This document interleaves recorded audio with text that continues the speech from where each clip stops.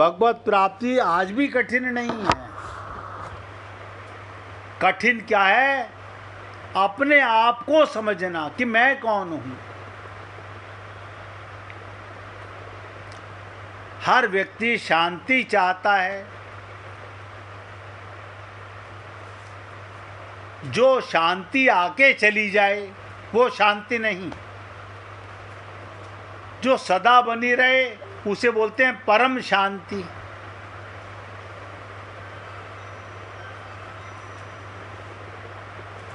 पूरे ध्यान से सुनेंगे। परम शांति। अब मुझे नहीं पता आप लोग परम शांति चाहते हो या टेम्परेरी शांति चाहते हो। आप सोचें, आप परम शांति चाहते हो या टेम्परेरी शांति चाहते हो।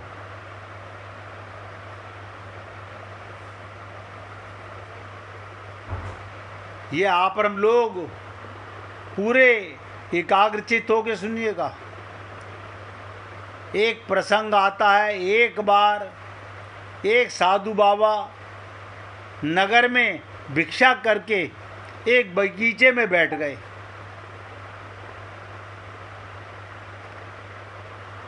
एक बार एक साधु बाबा नगर में भिक्षा लेकर आए और एक बगीचे में बैठ गए। सायंकाल में राजा वहाँ आए और साधु बाबा से पूछा, यहाँ कैसे बैठे हो? किसी धर्मशाला या सराय में जाना चाहिए। साधु बाबा ने कहा कि ये सराय ही तो है। राजा ने कहा, ये तो मेरी कोठी है। आप जहाँ बैठे हो ये तो मेरी कोठी है। साधु बाबा बोला, अच्छा आपकी कोठी है? आपसे पहले कौन रहते थे? राजा ने कहा, मेरे पिताजी रहते थे। तो महात्मा जी बोले, उससे पहले कौन रहते थे? बोले, मेरे दादाजी रहते थे। बोले, हम यहाँ पीढ़ियों से रहते आए हैं। क्या बोले? हम यहाँ पीढ़ियों से रहते आए हैं। बाबा ने पूछा कि क्या आप इसमें सदा रहोगे? राजा बोले, जब तक हम जीवित हैं। ध्यान से सुनो। राजा बोले, जब तक हम जीवित हैं तब तक हम रहेंगे, फिर हमारे लड़के रहेंगे। साधु बोले, फिर धर्मशाला या सराय किसे कहते हैं? अब आप हम सब लोग सोचें। महात्मा ने कहा, राजा साहब, फिर धर्मशाला या सराय किसे कहते हैं? आपने मुझे कहा था धर्मशाला में जाओ या सराय में जाओ। धर्मशाला में कौन? एक आया एक गया। यही धर्मशाला में होता है। व्यक्ति, वस्तु, पदार्थ हमें जो भी मिलते हैं उनका सदुपयोग करना, उन पर अधिकार नहीं जमाना। देखो, अगर परम शांति पाना चाहते हो, टेम्परेरी शरीर, अब परमानेंट मकान। बताओ, ये शरीर तो टेम्परेरी और मकान परमानेंट।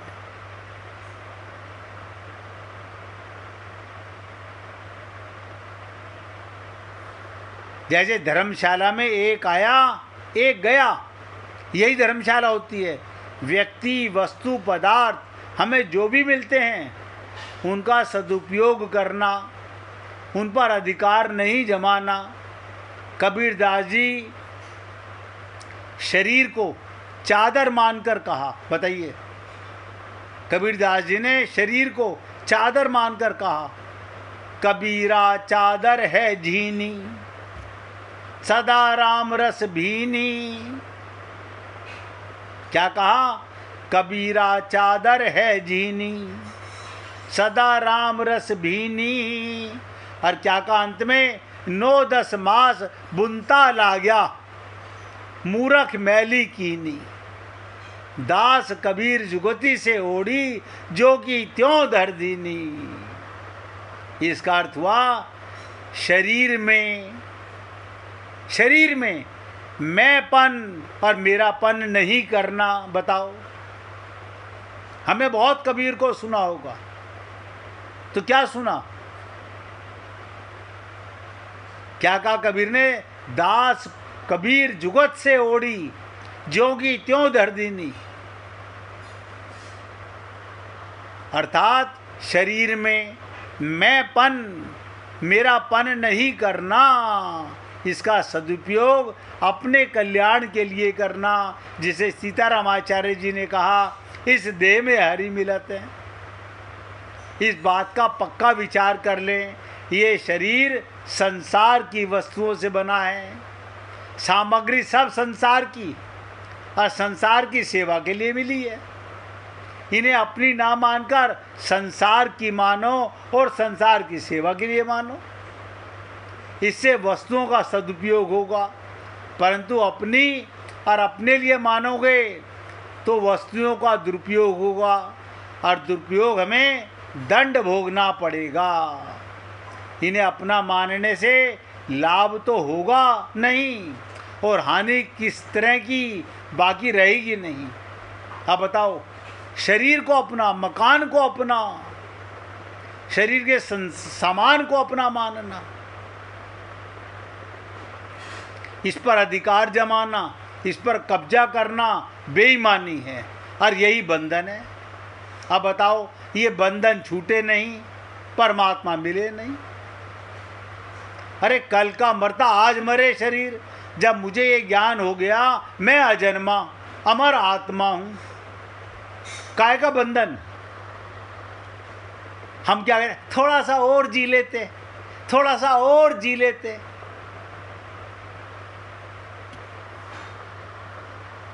परम शांति पाने का तरीका नहीं सोच रहे हम लोग। ये भगवान की है या संसार की है या प्रकृति की है, जिसकी है उसकी मानो तो मुक्ति।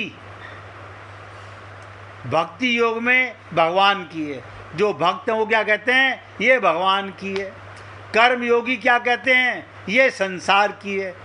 देखो बहुत सटीक बता रहा हूँ, जो कर्म योगी हैं ये शरीर किसका, संसार का। यहाँ की सारी वस्तुएं संसार की, और ज्ञान योगी कहता है प्रकृति की, नेचर की हैं, और भक्ति योग कहता है भगवान की है। भक्ति योग ऐसा क्यों कहते हैं? भक्ति योग में वो कहता है, भैया गीता में भगवान ने कहा वासुदेव सर्वम, सब कुछ मैं ही बना हूँ। ये संसार भगवान ने किसी से उधार लेके नहीं बनाया, स्वयं भगवान बने हैं।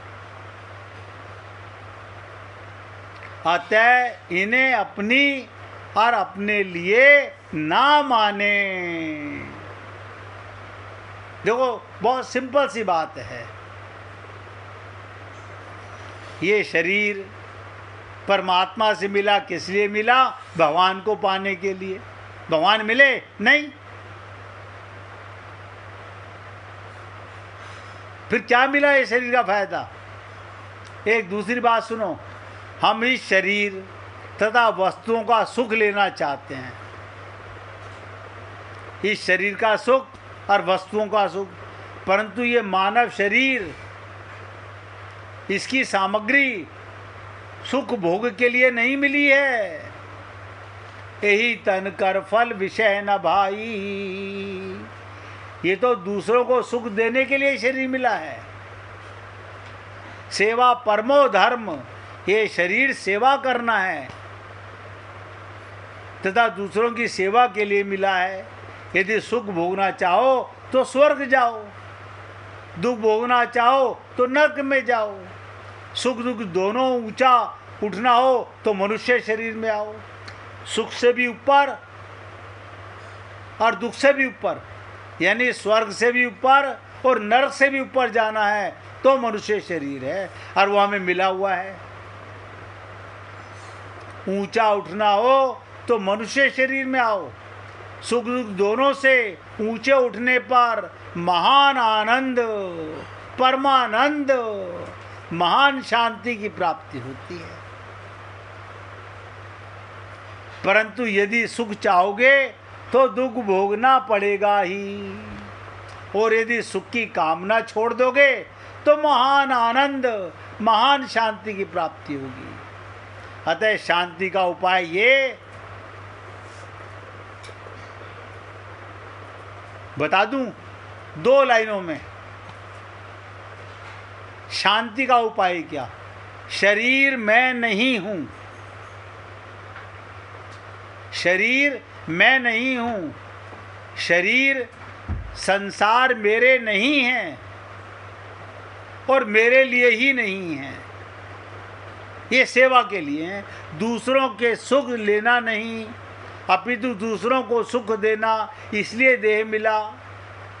लेकिन हम लोग इतने कंजूस, सुनने के बाद भी।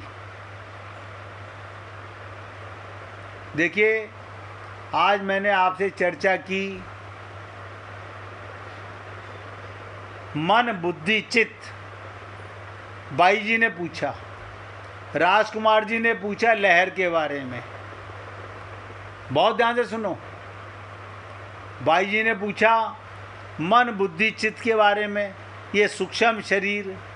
अब उसका इलाज कोई डॉक्टर करता हो तो मुझे बता देना। अगर किसी डॉक्टर के पास मन बुद्धि चित्त का इलाज हो तो मुझे बता देना। जहाँ इलाज है वहाँ हम जाते नहीं। हम अपने मन बुद्धि चित्त को बिगड़ा हुआ मानते ही नहीं। शरीर बिगड़ा हुआ है, मरने वाले की इतनी चिंता, और जिसके कारण पुनरपि जन्म पुनरपि मरणम, उसकी कोई चिंता नहीं। कमाल की चीज है। यानी मरने वाले की इतनी चिंता, जो नहीं मरेगा। मैंने कई बार आपसे कहा मन बुद्धि चित्त नहीं मरता, ये बिगड़ा होता है तो जीव कहलाता है, शुद्ध हो जाता है तो आत्मा कहलाता है। जीव आत्मा। अब ध्यान से सुनो, आज आगे हनुमान चरित्र पर चर्चा नहीं, इसे समझ लीजिएगा, क्योंकि इस पर अब दिमाग लगा हुआ है। जब तक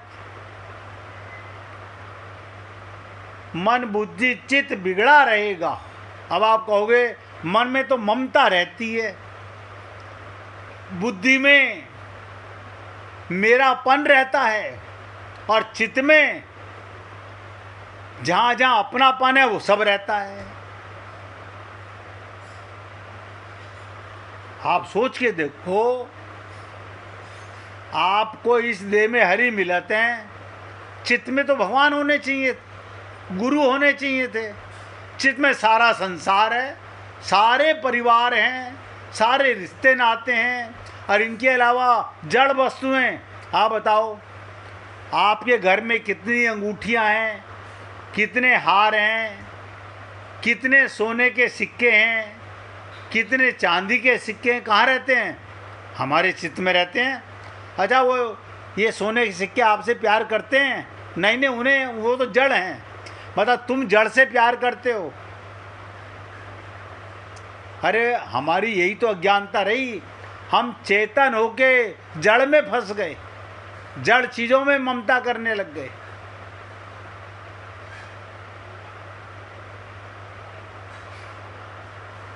इसलिए मैं तो आपसे निवेदन करता हूँ, भगवत प्राप्ति कभी कठिन नहीं थी। जब तक आप मैं तो कहता हूँ आज नहीं, रोज पूछो। मन को शुद्ध करना हो, बहुत सिंपल, मन की तरंग मार लो, बस हो गया भजन। आदत बुरी सुधार लो, बस हो गया भजन। क्या मतलब? मन में लहरें उठती रहती हैं, सत्संग सुन रहे हो, यहीं पर ही मैं अभी बता रहा हूँ। यहाँ सुनते सुनते एक हमारे भाई हैं अशोक जी, वो तो गायब ही हो गए। सत्संग में आए, अब गायब हो गए। कोई कारण तो जरूर रहा होगा। और यहाँ पर विराजमान शरीर से रहते हुए हमारा मन पता नहीं क्या क्या तरंगे मारता रहता है, कहाँ कहाँ भटकता रहता है।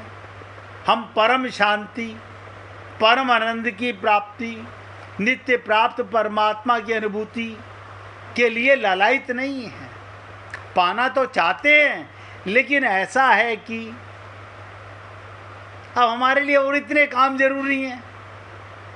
अब बताओ, बाकी तो सारे काम सेवा के हैं, और सेवा परमो धर्म है। अगर आप सेवा भगवान के अंश की मान के करते हो तो सेवा है, वरना पाप है। आप अपने परिवार की सेवा करो, माँ बाप की सेवा करो, पति पत्नी की सेवा करो, बच्चों की सेवा करो, ये परमात्मा के अंश हैं, तो आप सेवा कर रहे हो। मुर्दे की कोई सेवा करता हो तो मुझे बता दो।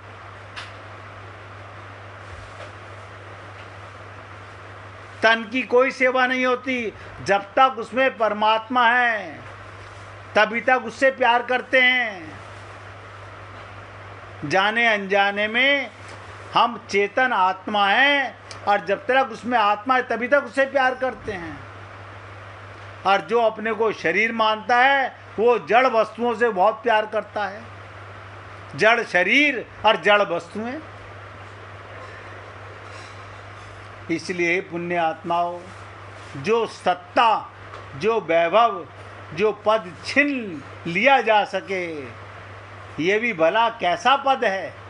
भगवान राम सच्चे राजा हैं, जिन्हें सिंहासन की आवश्यकता नहीं, छत्र और मुकुट का प्रयोजन नहीं। यही भगवान श्री राम का दर्शन है।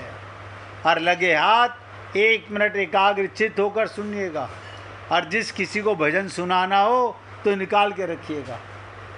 अब अपने लिए बात बता रहा हूँ। जब जीव, आप और हम लोग इस दर्शन को स्वीकार करता है तो वह अपने अंतःकरण के दिव्य राज्य को पहचान लेता है। अंतःकरण में यानी चित्त को पहचान लेता है कि चित्त में मेरे कौन है। अच्छा बताओ, आपकी अलमारी में, आपके लॉकर में क्या क्या सामान रखा है आपको पता है ना, उसकी चाबी आपके पास है। पहली बात तो आपको याद है, और याद नहीं है तो आप खोल के देख लोगे। आपके चित्त में, आपके अंतःकरण में कितना परिवार, कितनी जड़ वस्तुएं हैं, ये आप जानते हो। तो कहा गया वो अपने अंतःकरण के दिव्य राज्य को पहचान लेता है, अथवा यूँ कहें भगवान राम के दिव्य पद को प्राप्त कर लेता है। जो अंदर कूड़ा करकट देख लेता है, जो अपने अंतःकरण में कूड़ा करकट देख लेता है, वो भगवान राम को नहीं देख सकता। भगवान राम भी अंदर ही हैं, मगर नजर नहीं आते। वो कहते हैं माम एकम, संसार की कोई भी वस्तु अंदर लाओगे मैं लुप्त हो जाऊंगा, छुप जाऊंगा, नजर नहीं आऊंगा। क्या ला रहे हो अंदर? भगवान का, माता पिता परमात्मा के ले आओ अंदर, ये भक्त भगवान के ले आओ अंदर, ये गुरुदेव हमारे भगवान के ले आओ अंदर। अब क्या है अंदर? भगवान और भगवान का परिवार। अब आप बताओ, आपके और हमारे अंतःकरण में, अब आप कहोगे ये मकान में अपनापन, हाँ तो ये भी भगवान का, ले आओ अंदर। किसका मकान में रहते हो? भगवान के। किसकी दुकान चलाते हो? भगवान की। अब जो सही मार्ग है वो हम पकड़ना नहीं चाहते, इसीलिए आप और हम लोग अनंत जन्मों से भटक रहे हैं। हे पुण्य आत्माओं, अभी मौका है, जागो। और आज जो नई चर्चा आपको बताई गई, हम सागर की लहर हैं, परमात्मा के अंश हैं। कल इसी की चर्चा किसी और माध्यम से करने का प्रयत्न करूंगा। आज अब राजकुमार जी भजन सुनाना चाहते हैं, आप उनसे भजन सुनिएगा। सुनाइए। जय गुरुदेव, जय गुरु।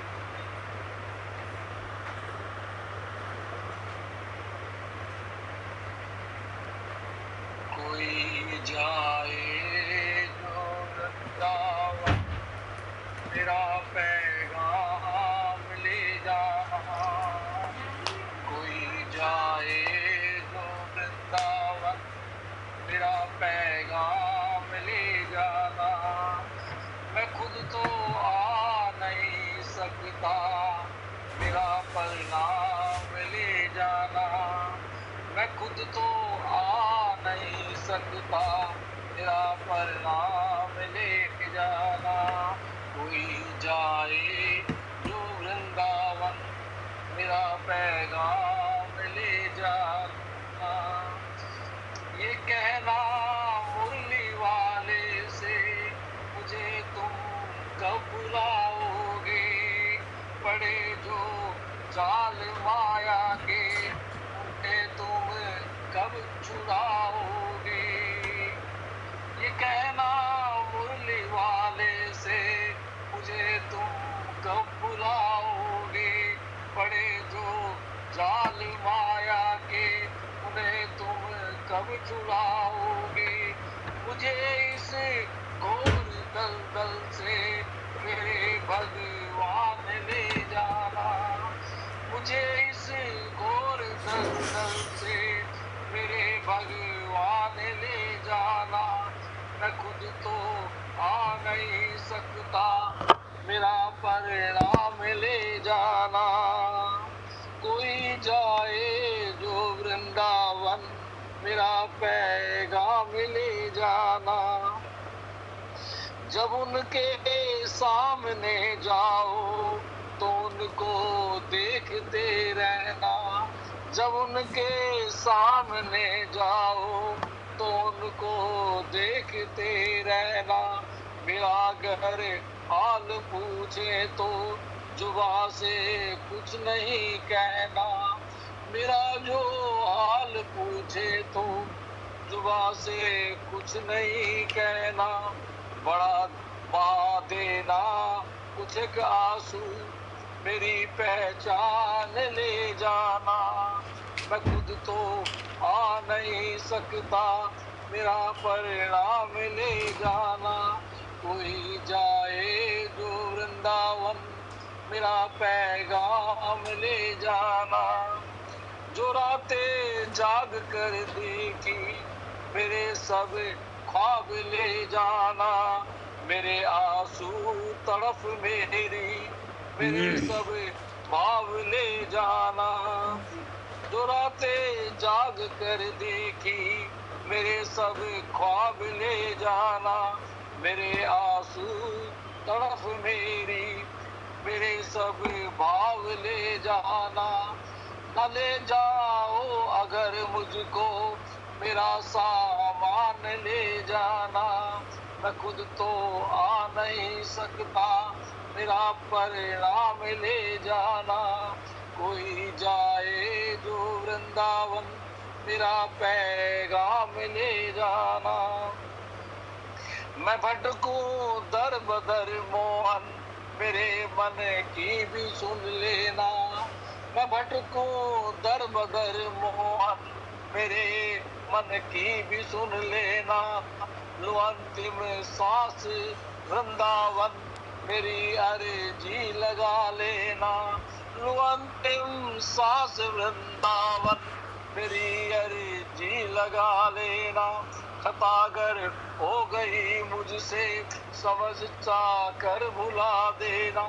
कोई जाए जो वृंदावन, मेरा पैगाम ले जाना। मैं खुद तो आ नहीं सकता, मेरा परिणाम ले जाना। राधे राधे जी। बोलिए वृंदावन बिहारी लाल की जय जय श्री राधे, जय जय श्री राधे। बोलिए लाल जी का मंगल हो, सभी भक्तों का मंगल हो। सबको राधे राधे भैया, सबको राधे राधे भाई, राधे राधे, राधे राधे जी, राधे राधे, सबको राधे राधे जी, राधे राधे भैया।